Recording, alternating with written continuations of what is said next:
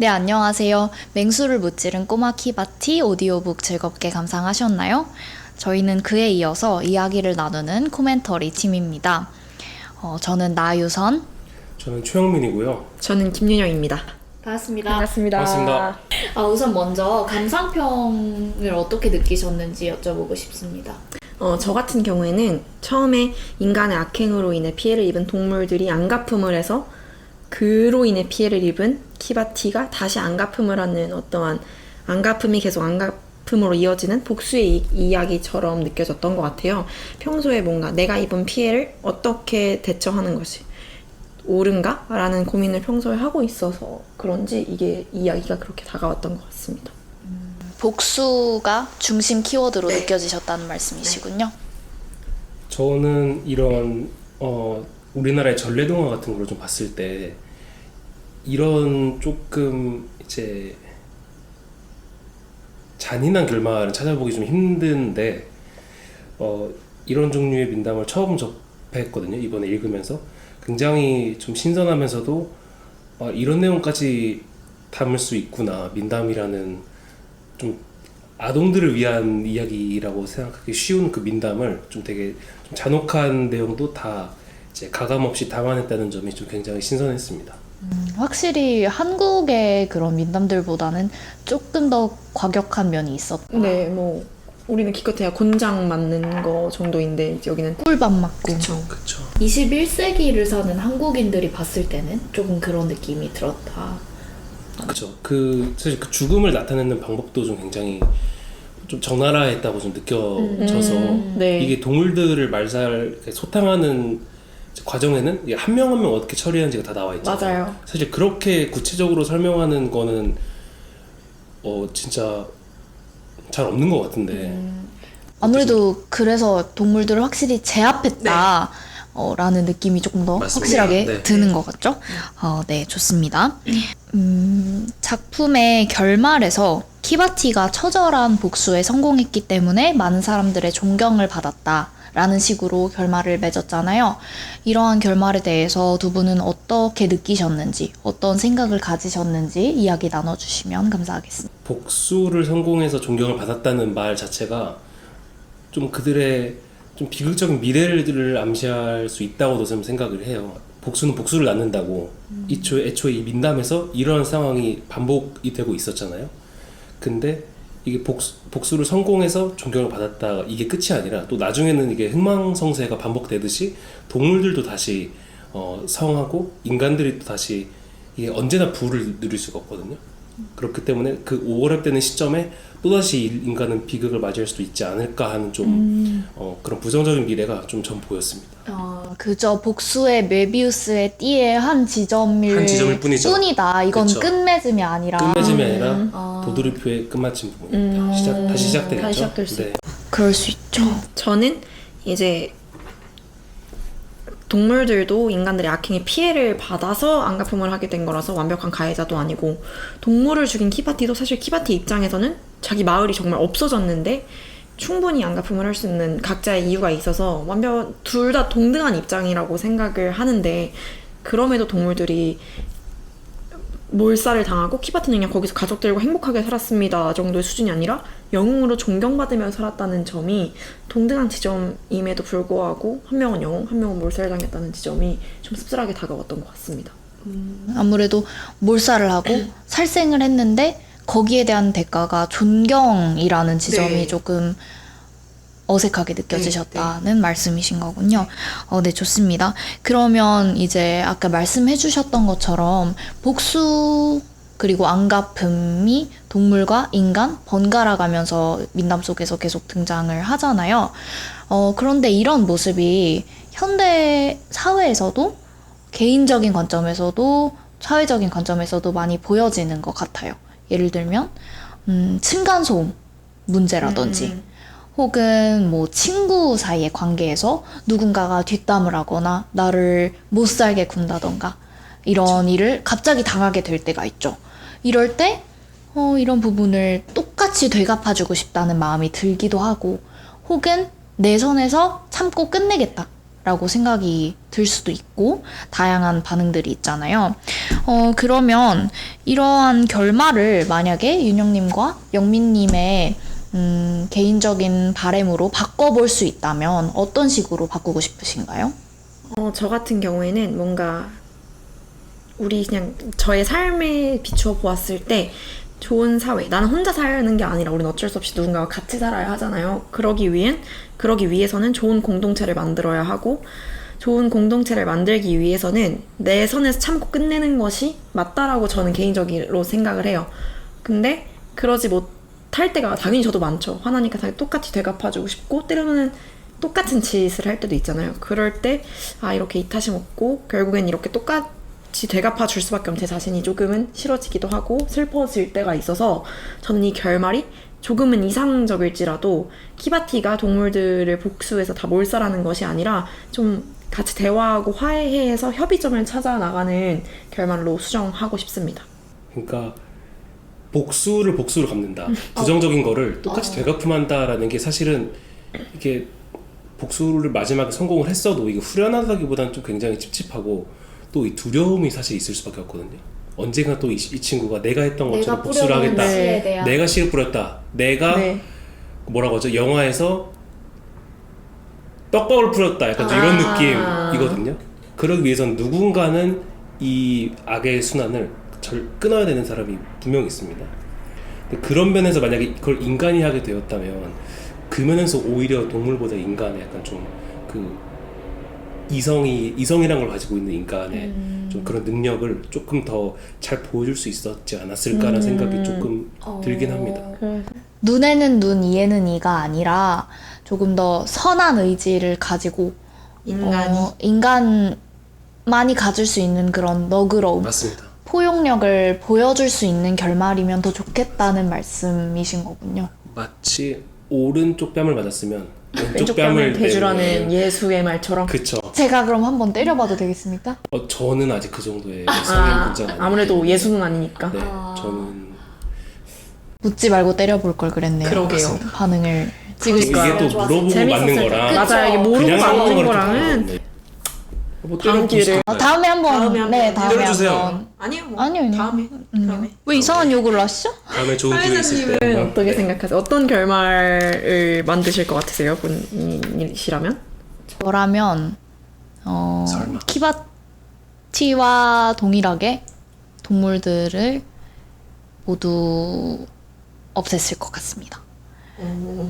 왜냐하면 아까 말씀해주신 후환이 두렵다는 이유 때문인 것 같아요. 그런데 저는 확실하게 그래서 마무리를 하는 게 맞다라고 생각을 하고, 대신에 이제 이 싸움의 원인이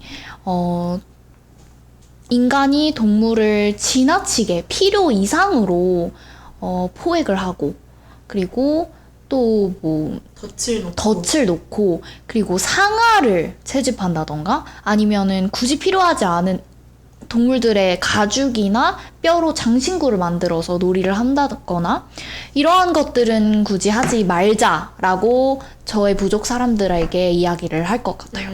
그리고 뭐 포획을 할 때 암컷이나 아니면은 아기 동물들은 조금 배제를 하고 잡는다든지 이런 식으로 우선은 깔끔하게 마무리를 하고, 그리고 저의 부족들에게 이런 사항들을 다시 한번 이야기를 해보지 않을까 싶습니다. 리셋하고 다시 시작하겠다. 조금 위험한 생각일 수 있지만 저는 그럴 것 같아요. 왜냐하면 이 이야기에서는 한국과 아프리카는 다른 상황이기 때문에 아프리카의 민담에서는 조금 더 단호함을 보여줄 필요가 있었던 것 같아요. 네. 동물과 공존하면서 살아가고 있기 때문에 동물들을 어찌됐든 제압을 해야 된다라는 교훈을 줄 필요도 있지 않았을까라는 생각이 들어요, 저는. 네.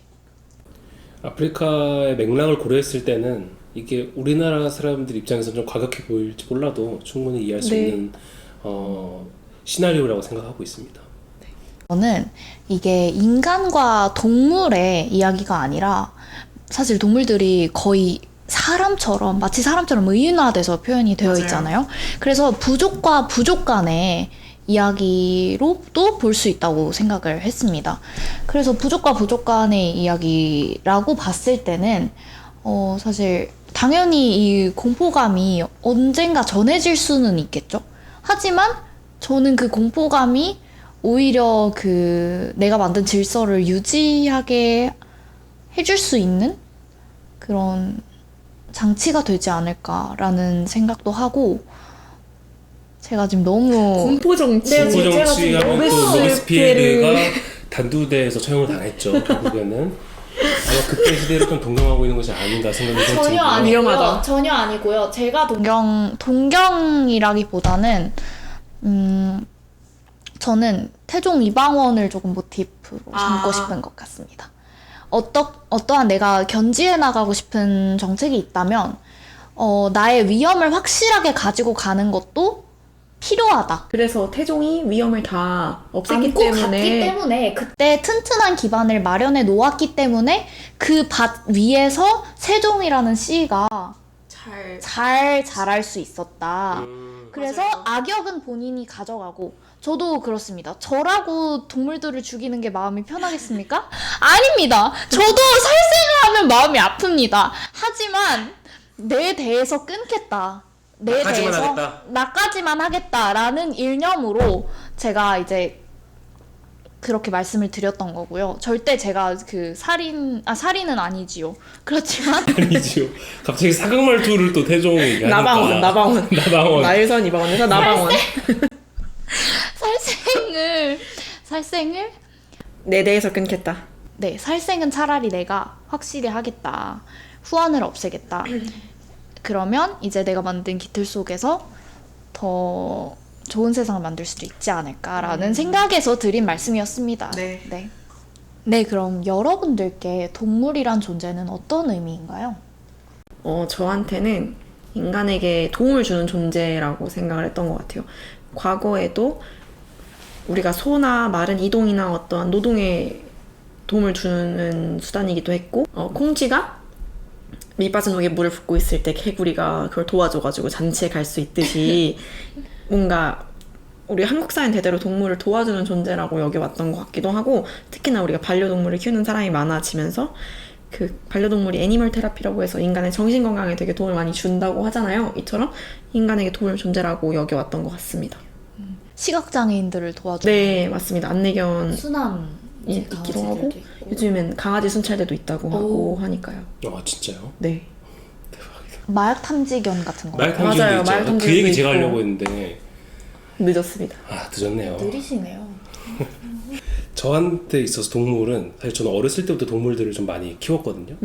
토끼도 키워봤고, 그다음 뭐 물고기도 키워봤고, 그다음 강아지도 이제 고모가 강아지를 키우셔가지고 이제 많이 놀러 가면서 강아지도 보고 그랬는데, 이전의 사람들, 그러니까 이전까지 갈 것도 없이 저 개인적으로는 동물이 굉장히 인간에게 가까운 존재라고 생각하고, 정말 이제 동반자, 인류 자체에 있어서 좀 동반자의 위치를 하고 있지 않나라는 생각을 좀 하고 있습니다. 두 분 모두에게 동물이란 존재는 굉장히 친숙하고 도움을 주는 그런 가족적인 존재로 느껴지시는군요. 네. 저한테 한번 물어봐 주시겠어요? 유선님은 어떻게 생각하시나요? 저의 경우에는 그런 가족적인 이미지보다는 조금 더 두렵고 위협적인 이미지가 먼저 떠오르는 것 같아요. 일단은 한국과 사실 아프리카는 상황이 조금 다르다고 볼 수 있잖아요. 한국에서는 뭔가 맹수가 활보를 한다거나 그런 경우는 굉장히 적은데, 아프리카에서는 특히나 이 민담이 전해져 내려왔을 때는 굉장히 가까운 거리 안에서 맹수들이 돌아다니고 있는 거를 목격할 수 있었겠죠. 그렇다 보니까 동물들을 존중하는 마음이 있음과 동시에 동물을 제압하는 그런 힘이 필요하다고 생각을 했을 것 같아요, 아프리카인들은. 그래서 그런 지점들을 생각하면서 이 민담을 봤을 때는 동물을 제압하는데 사실 육체적인 물리력으로 우리가 더 앞서기는 쉽지가 않잖아요. 굉장히 몸집이 큰 맹수들은. 그래서 우리가 그들을 제압할 수 있는 방법은 뭐가 있을까? 이 민담에서 하고 싶었던 얘기는 그것이 인간의 지략이다. 사람의 꾀, 키바티의 그런 꾀처럼 그런 지능적인 부분이 굉장히 강조되는 민담이지 않았나라는 생각이 들어서 저한테는 개인적으로 조금 더 위협적인 존재로 느껴졌던 것 같습니다. 그러면 이 작품을 읽기 전에는 어떤 생각을 좀 갖고 있었나요?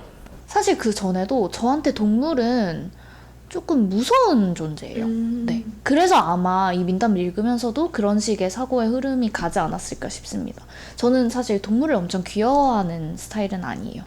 그냥 사람, 비사람 이런 식으로 느껴져서 사실 저한테는 바퀴벌레나 강아지나 비슷한 느낌이거든요. 나유선님은 일요일마다 동물농장 시청하시길 바라겠습니다.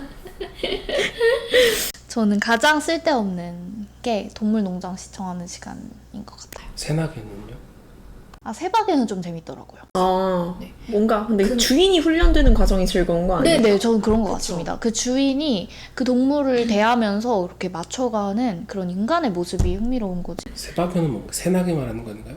세상에 나쁜 게 없다. 세상에 나쁜 게 없다. 새박에는 뭐죠? 새바퀴랑 잘못 얘기. 아마 새밭이랑 헷갈리신 것 같아요. 네, 제가 세상에 잘못 나쁜 새바퀴. 네, 세바퀴. 와, 새바퀴 정말 오랜만인데요? 진짜 저 초딩 때 새바퀴 정말 오랜만인데요? 네. 선우용녀가 주로 그쵸. 조영기 아저씨 나오고 이휘재, 김구라, 그 박미선 딱 세 박미선. 명이 MC였던 그때 전성기였죠. 네, 여기까지 즐겁게 이야기 나눠봤고요. 마지막으로 간단하게 오늘 코멘터리에 참가하신 소감을 말씀해주세요.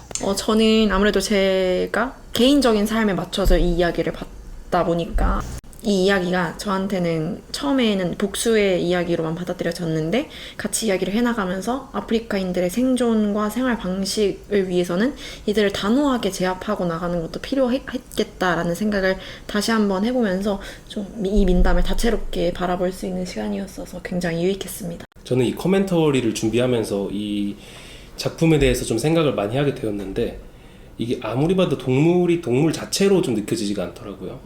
예를 들어서 전략을 짜는 것이라던가 아니면 몇 시에 해가 지고 나서 이제 쳐들어간다던가 네. 이런 식으로 계획하는 모습이 마치 동물 하나하나가 어떤 부족들을 약간 좀 상징하는 것 같은 그런 느낌을 좀 받았거든요. 그렇기 때문에 저는 이거를 준비하면서 조금 다양한 생각을 좀 할 수 있게 되었고 이게 바로 민담의 묘미가 아닌가 생각하고 있습니다. 네. 여러분들도 민담 한번 읽어보시면 좋을 것 같습니다. 추천하시나요? 아딩크라 출판사에서 국가별 민담 판매하기 때문에 한번 즐겨주시면 감사하겠습니다. 아무래도 저희가 이렇게 함께 이야기를 나눠봄으로써 조금 더 깊이 있게 이해하는 시간이 됐었던 것 같고 무엇보다 굉장히 재밌었던 것 같아요. 맞습니다.